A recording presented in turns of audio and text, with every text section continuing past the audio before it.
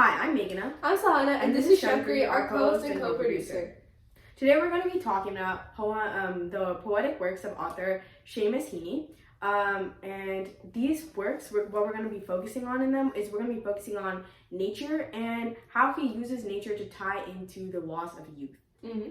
So something really distinctive about Heaney's writing style is that he's very descriptive and he really puts you into the scene he's writing about. Mm-hmm. So you genuinely do feel super immersed in the poem, and I also think he conveys a lot of symbolism through his descriptive language as well. So the first poem we're going to be analyzing is Death of a Naturalist, and Meghana will be reading that poem for us. Mm-hmm. Death of a Naturalist by Seamus Heaney. All year the flax dam festered in the heart of the townland, green and heavy-headed. Flax had rotted there, weighed down by huge sods. Daily it sweltered in the punishing sun. Bubbles gargled delicately. Blue bottles wove a strong gauze of sound around the smell. There were dragonflies, spotted butterflies, but best of all was the warm, thick slobber of frog spawn that grew like clotted water in the shade of the banks. Here, every spring, I would fill jam potfuls of the jellied specks to range on windowsills at home, on shelves at school, and wait and watch until the fattening dots burst into nimble swimming tadpoles. Miss Walls would tell us how the daddy frog was called a bullfrog, and how he croaked, and how the mammy frog laid hundreds of little eggs, and this was frog spawn. You could tell the weather by frogs too, for they were yellow in the sun and brown in the rain. Then one day, when fields were rank with cow dung in the grass, the angry frogs invaded the flax dam. I ducked through hedges to a coarse croaking that I had not heard before. The air was thick with a bass chorus. Right down the dam, gross-bellied frogs were cocked on sods. Their loose necks pulsed like sails. Some hopped. The slap and pop were obscene threats. Some sat poised like mud grenades, their blunt heads farting.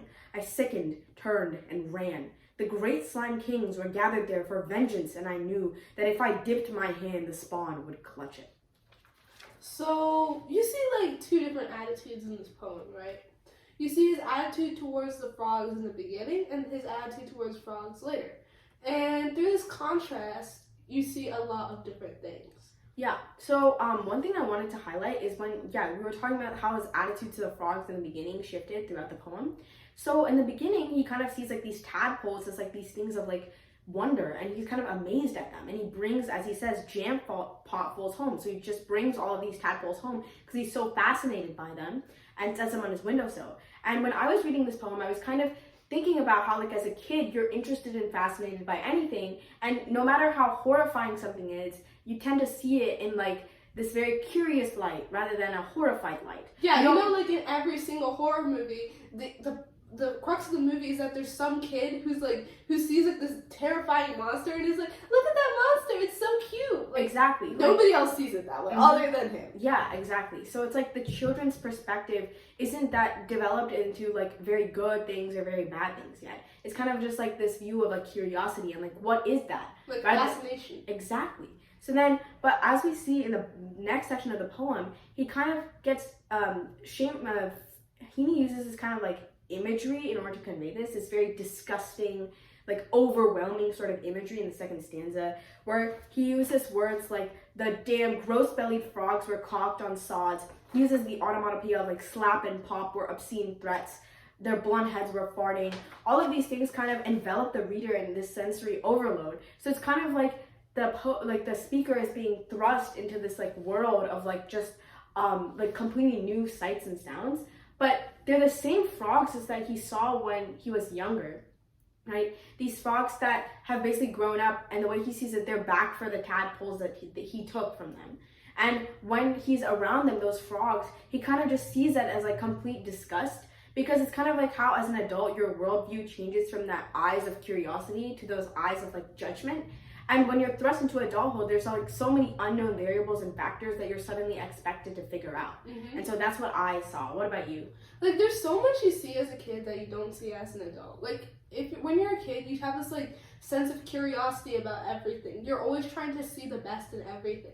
But as an adult, I feel like many people get so much more cynical, and they start seeing the things they used to see as cute, like fascinating, and things that they used to think were cool. That stuff turns nasty and disgusting because you're unable to see the beauty that you saw in it before. So I think this poem kind of shows the journey from youth into adulthood and the things that you lose. You lose that curiosity, that sense of wonderment, and you're just kind of left with like anger and just like fear of anything that you don't understand. Exactly. And like at the beginning, the way he describes nature as well, like when he was talking about like bubbles gargled delicately, blue bottles wove a strong gauze of sound around the smell. It's kind of like this hazy mirage like world of nature where it's kind of like not even real. It's like a fantasy land that you're escaping into.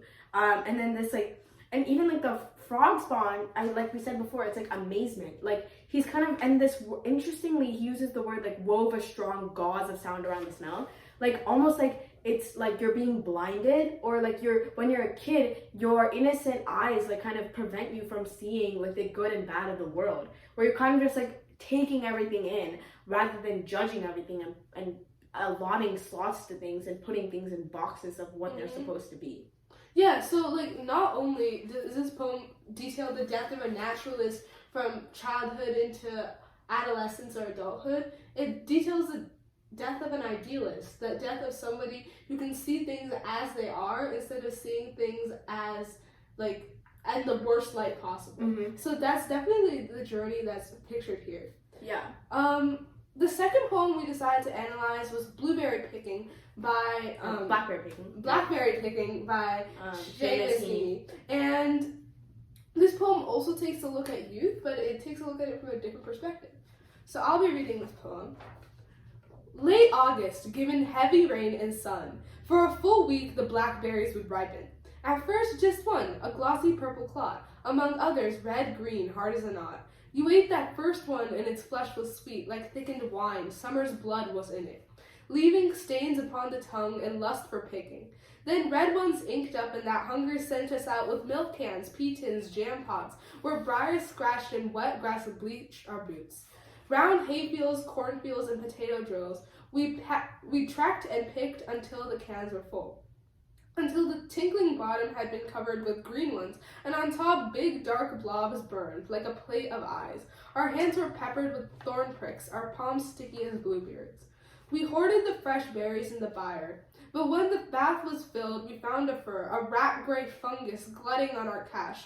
The juice was stinking too. Once off the bush, the fruit fermented, the sweet flesh would turn sour. I always felt like crying. It wasn't fair that all the lovely canfuls smelt of rot. Each year I hoped they'd keep, knew they would not.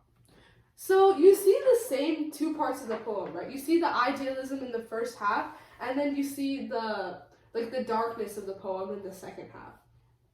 But this one feels more like talking about things that are out of your control, at least in my opinion. What do you think? Yeah, when I was looking through this poem, it was kind of like interesting how like the author near the end of the poem, he ended with each year I hope they keep, and knew they would not, like he already knows that like the blackberries aren't going to stay alive. They're going to die. The author knows that this fleeting happiness that he feels when he's picking these blackberries, it's going to go away, and yet the speaker keeps picking them. Like it's almost like doing this action just for like, I don't want to say it's for the process and not the journey, because he's hoping so much that the destination, that finally the blackberries will keep, that they have to, and yet they're unable to, that they rot and decay. And I think that's the key difference between this poem and Death of a Naturalist, because instead of like that surprise, it's like this raw resignation of like, no, they're not there, like they're gone, they're rotted. Yeah, you see that same journey though, that journey from like when the blackberries, when he sees them at first, he's so excited about them, and he's thinks they're delicious. You see that description of the like blackberries, and of it them being like a glossy purple clot, and then like these different colors, just this like fascination, and then those blackberries start growing fungus, so they rot away, just like how youth will eventually like rot away. Like, you know, there's a parallel between those two things. Yeah, I thought it was so interesting how, like, when he was describing his picking, he kind of used, like, this weirdly violent tone, and, like, violent words. Like, Summer's blood was in it, leaving stains upon the tongue and lust for picking. And then when he compared his palm, like, sticky as Bluebeard's, the story of Bluebeard is, like, kind of one where he has 7 wives, and he kills each one of them off and locks them in a room. So, essentially, like, that comparison like threw me off, especially because that our palms as sticky as Bluebeard's linked immediately to the next stanza.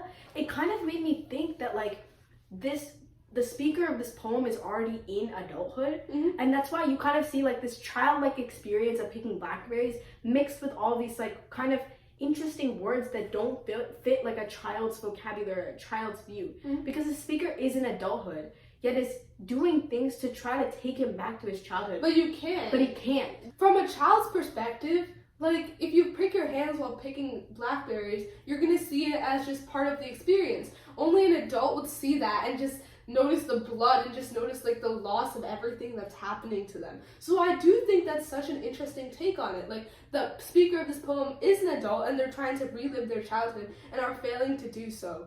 And they keep hoping that they can get back to their childhood. They keep hoping that by some miracle the blackberries will end up keeping, but the blackberries never will.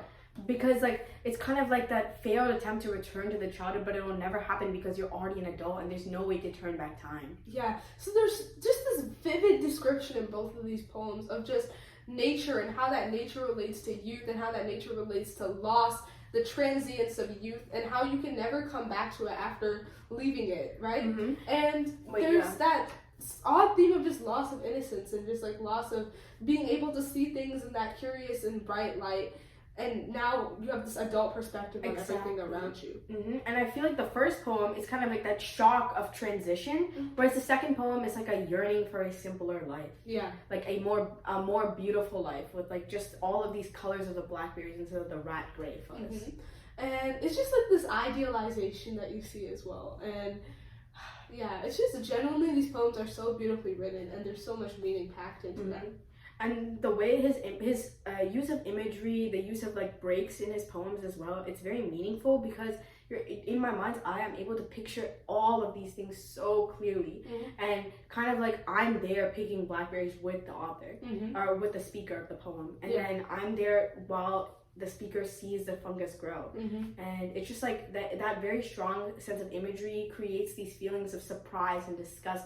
It creates that like strong switch of emotions, which is very important to this poem. Yeah, so I would highly recommend reading these works, both Blackberry-Picking and Death of a Naturalist, as well as reading this author's other works, because all of them have this same like resonant quality to them. So thank you so much for watching. Yeah, we'll see you next time. Bye.